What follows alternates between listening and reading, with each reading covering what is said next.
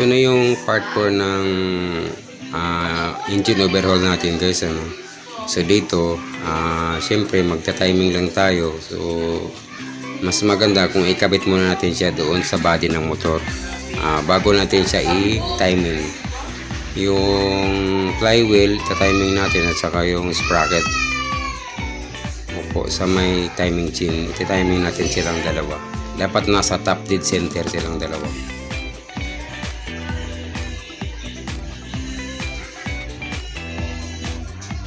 So ito yung makina natin, ikakabit na natin dito sa body ng Honda CB110 guys. Yan, dyan natin siya ikakabit.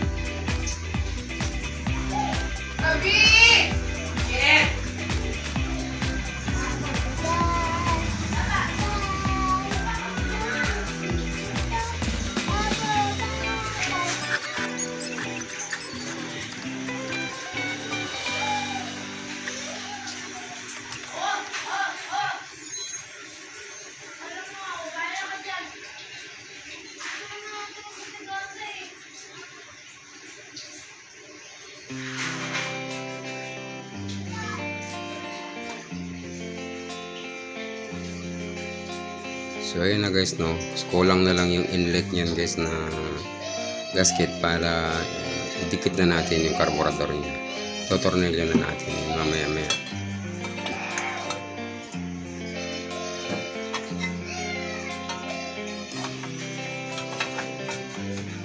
So ito na yung bracket niya guys, yung pinaka holder ng makina.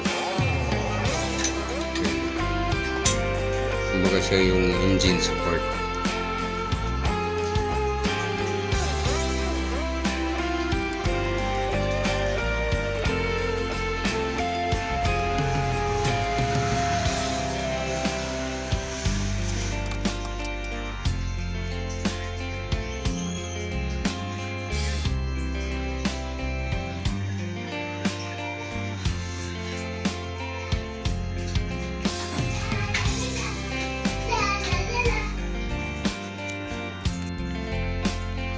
Yan yung pinaka-timing ng flywheel natin guys.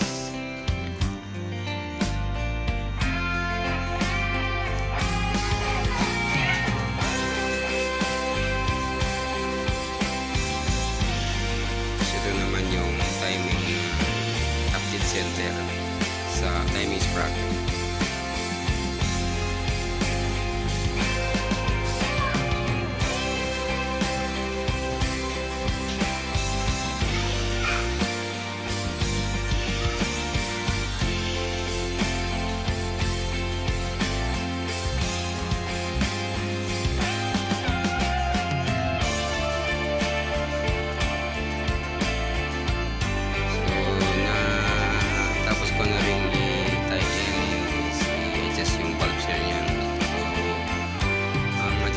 Valve clearance niyan is 0.04 inches, bali 0.10 mm. Ito naman yung gear reduction niya guys, 55 teeth by 14. Siyempre kasama yung shafting niya. Para yan sa starter gear guys. Sa starter reduction yan, para umikot yung starter gear natin, yung starter button natin sa starter motor yan. Kaso yung starter motor natin kulang pa sa ng carbon brush, hindi siya gumagana dahil pudpud na yung carbon brush niya. So siguro next ano ko sa inyo kung paano siya papalitan ng carbon brush para gumana yung push button natin starter. Ito yung sa neutral indicator guys, siya yung pinaka yung holder dyan. Kasi pagka wala yan guys, may posibilidad na lumabas yung neutral switch niya yan guys, kasi nakatusok lang yan dyan.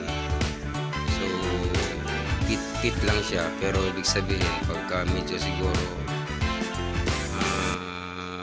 baka may pagkakataon na uurong siya ng uurong palabas kasi wala naman siyang tornilyo. Kailangan meron talaga siyang holder na ganun yung plate contact fixing. So testing na natin guys, no? Kailangan bago natin takpan yung cylinder head cover niya, dapat alam natin na umakyat yung langis, no? Pagka umakyat na yung langis, testing mo natin paanda rin, saka natin tatakpan.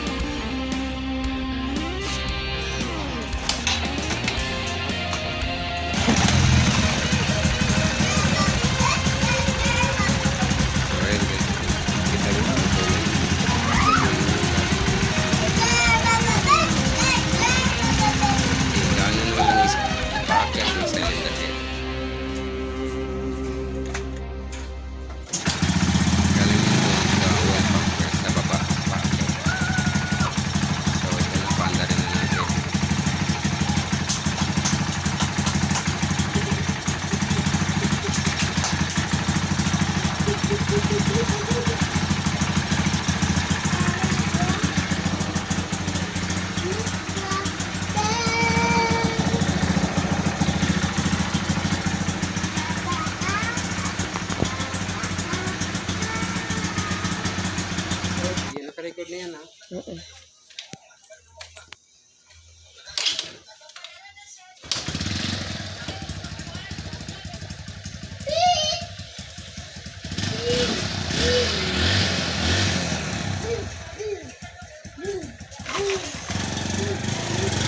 So ayan guys, gumagana siya guys, talagang umaano kahit may konting pyesa pa dyan na kailangan palitan tulad ng timing chain, pero pag next time na lang pag budget.